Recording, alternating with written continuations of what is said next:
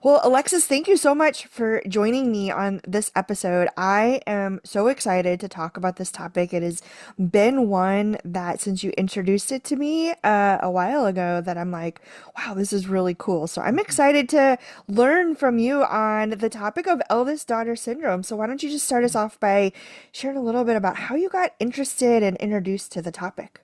Yeah, hi. I'm also so excited to talk about it. I think it's so interesting. Yeah. Yeah, I just think it's so fascinating. So, how I got interested on the topic is some folks probably have seen it's been floating around TikTok, especially like last spring, summer.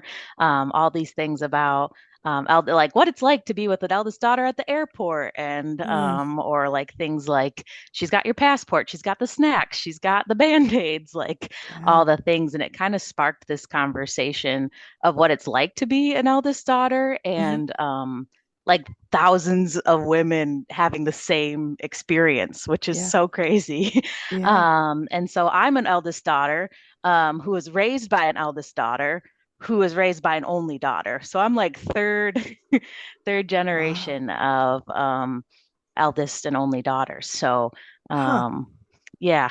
That has me thinking. I'm an eldest daughter of an eldest daughter of an hmm eldest daughter. That's so interesting. Okay. Yeah. And so I think like seeing those TikToks and posts and even having conversations like with my mom, like who's the eldest daughter, like we're Yeah. like, yeah, we had the same like experience. Yeah. And it's just so fascinating to see like how many other folks can like sympathize with some of those feelings or like feeling like you got to be the organized one and things like that. Yeah. Yeah, that's really fascinating. Now, so this terminology, eldest daughter syndrome, is Mhm. probably new for some of my listeners. It was new for me as well. And so can you share a little bit more about like what is this kind of eldest daughter syndrome that you're talking about? Yeah, so it's kind of like a cultural phenomenon that really, like I said, started gaining traction on TikTok or Instagram. I know when I was prepping for this, I like looked on Instagram, eldest daughter syndrome, and like people are posting all kinds of reels and TikToks that have like Wow. 10 million views, 7 million views. Like people Wow. just really like relate to the topic. And so it's really it's not like a D DVSM like syndrome or like anything like that. But it's definitely been something that people I think like relate to. Mm. And it's like I said, it's kind of this cultural phenomenon that when people started sharing their stories, they're like, did we have the same childhood? Did we have the same like growing Mm. up? Yeah. And so basically, like if you're a firstborn daughter, there's a lot of like historical and societal like pressure on you, right? You're taking care of your younger siblings. You feel a lot of pressure to be perfect. You're your parents' first kid, so they're trying to figure it out, and you're Yeah. trying to figure it out, and you're Yeah. growing up with them. And so there's a lot of pressure to make sure that you're perfect and that you do everything right. A lot of times, eldest daughters syndrome, you struggle with setting boundaries or like setting your own Mm. emotions because you're kind of like the family mediator. You help your siblings, help parents. You kind of just are the person that everybody kind of turns to. And what's wild is we all know, like a lot of folks know about birth order, and that like the Yeah. firstborn stereotypically is, kind of that leader, that Yeah. like perfectionist, like, and that's true. We can see that across gender. But what's something really specific with like eldest daughter syndrome is that some like studies and research have shown like even if you have an older brother, you're still going to experience some of those eldest daughter traits Oh. because, like, stereotypically and historically, women have taken the caretaking roles in the household. So maybe you Yeah. have an older brother, but it's still expected that you're helping with the siblings or you're, helping with the household chores or things like that, may be Mm. different from what your brother's experiencing. And so that's why you don't even have to necessarily be the oldest kid in your family to be the eldest daughter. Yeah. And so there's just a lot of like, yeah, pressure and not like anybody's fault, right? Like this is Yeah. not a, like bash at parents or like people caretakers. Like it's just kind of how we kind of operate as a society. It's the expectation you help your siblings, and I love my siblings. If you ask anybody Yeah. in the world, my Yeah. sisters are everything to me, Yep. and so it's not a like necessarily a bad thing, Yeah. but it definitely comes with some pressure and some high expectations for sure. Yeah, and I think Alexis, this is really interesting, and I appreciate you shared that this is no indictment on caregivers or parents, right? Like it is one of those things that as a society, we have these different expectations on women, and so women and girls, then it sounds to me like this fits that mold of societal expectations, and that goes into parenting and mothering and Hmm. caregiving in a similar way. So I think back to my friend Tracy Cunningham, who was a guest on the wellness series, and she had talked about like our parents didn't know what wellness and balance was, right? And so we're teaching and groundbreaking. And this sounds similar in nature to me in terms of like, wow, we have just started talking about this topic, and it's this generation, our generation of folks who are naming it, and it's pretty cool.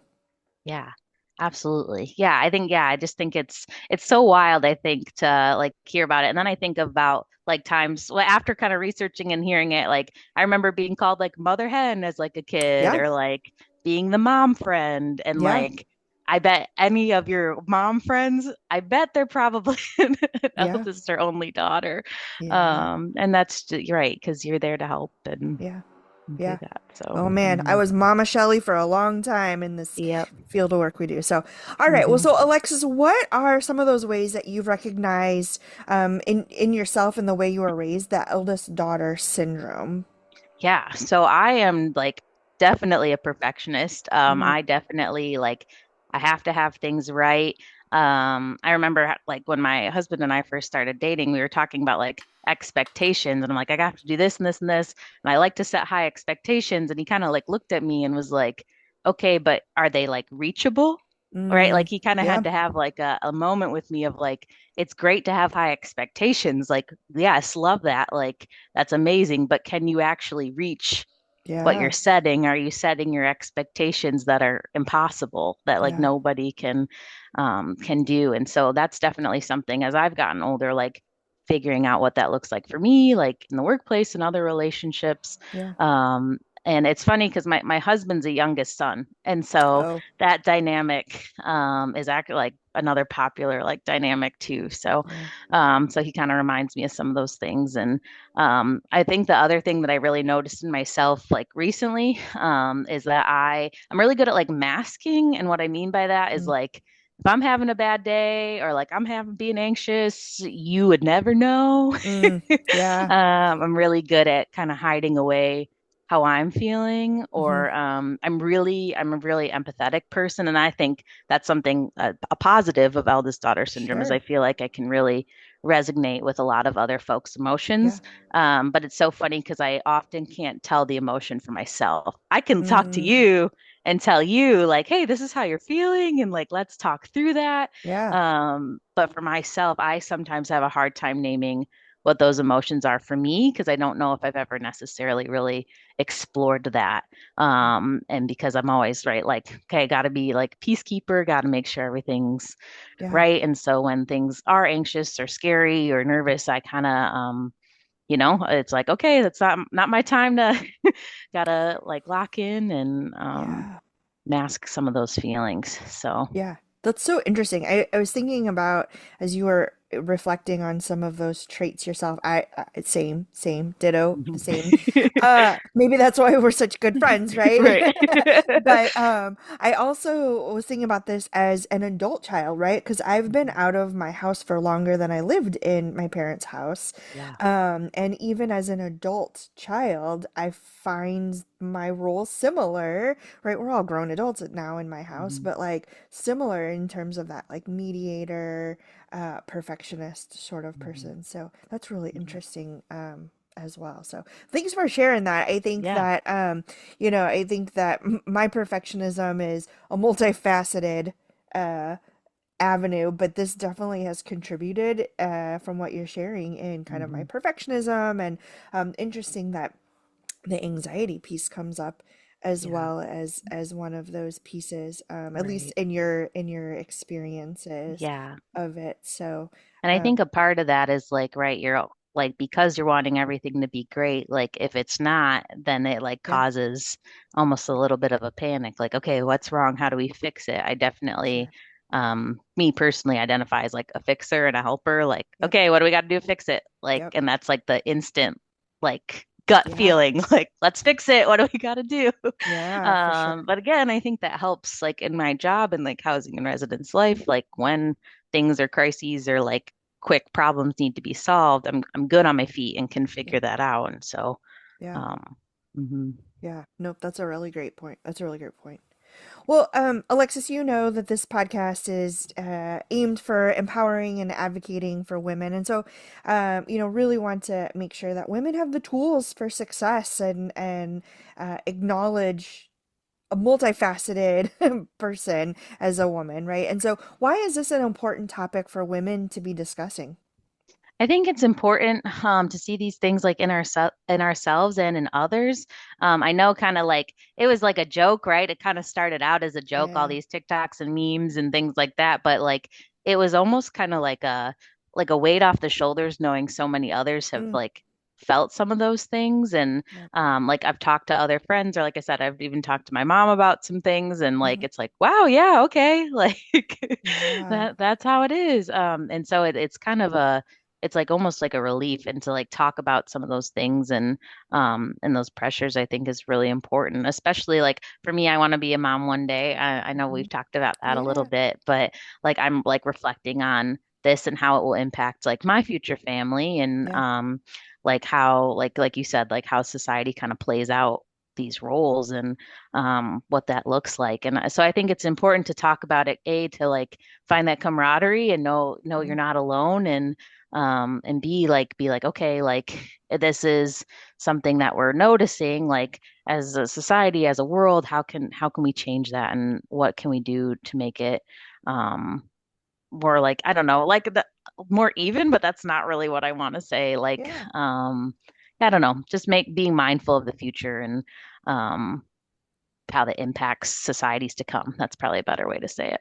Yeah, I mean, I think that that's spot on, right? That mindfulness is so key to all of the things that we experience as women. And so, while we may or may not have the opportunity to adjust some of those things for Hmm. society in society, like that mindfulness, I think is spot on. And I appreciate you acknowledging this like lonely feeling and how the TikTok and the memes were able to help like demystify it, right? And Hmm.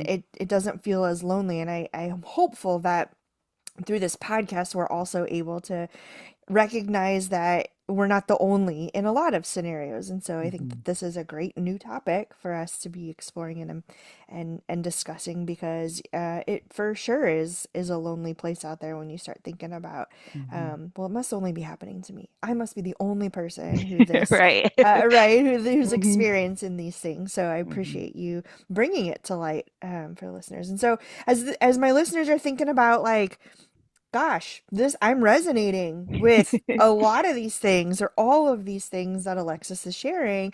What are some tips that you have for them as they're pondering this new idea or maybe this new phenomenon that is out there?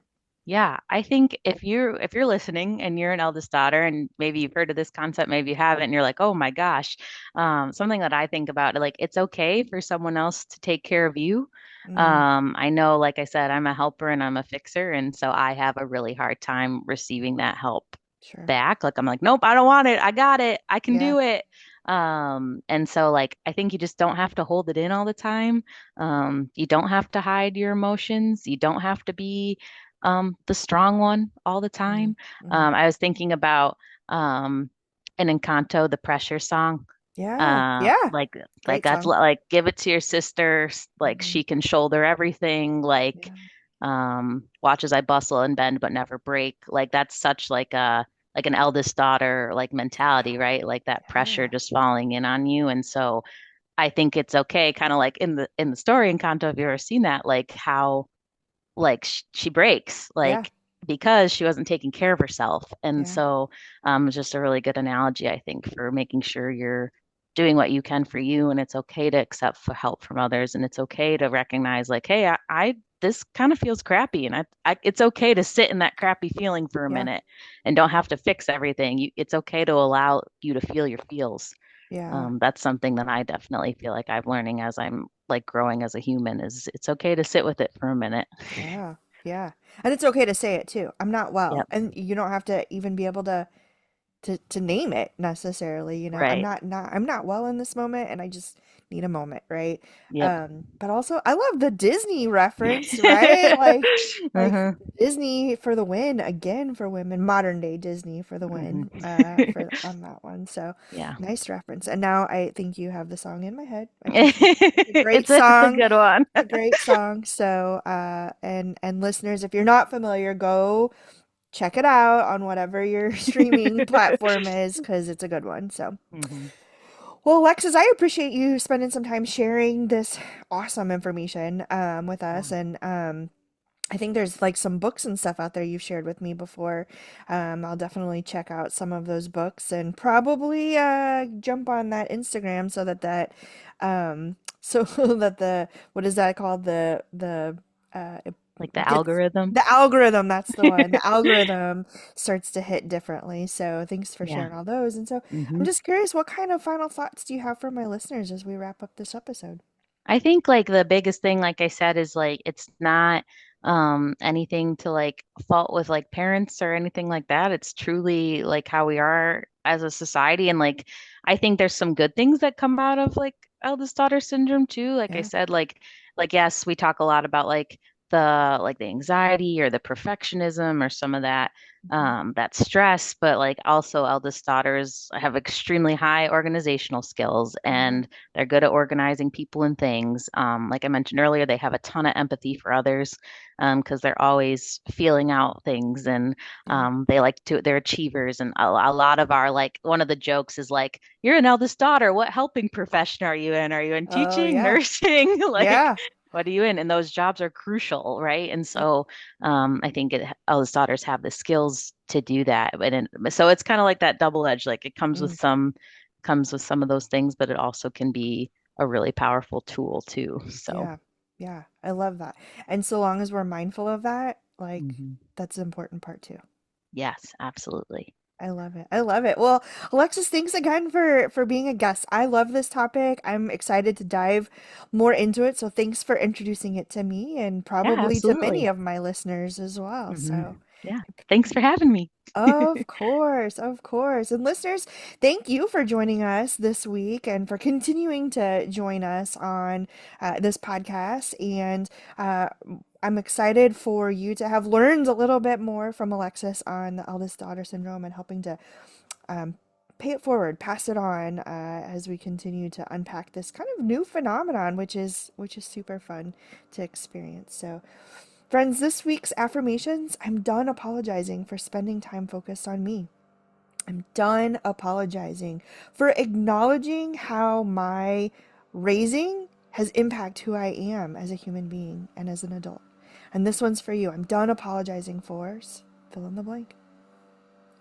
Friends, go out there, have an incredible week. Do the amazing things I know you're capable of. Remember to like, follow, and share. Subscribe wherever you're listening. Make sure you know when the next greatest episode is dropping on Mondays, of course, but you want to know as soon as it drops.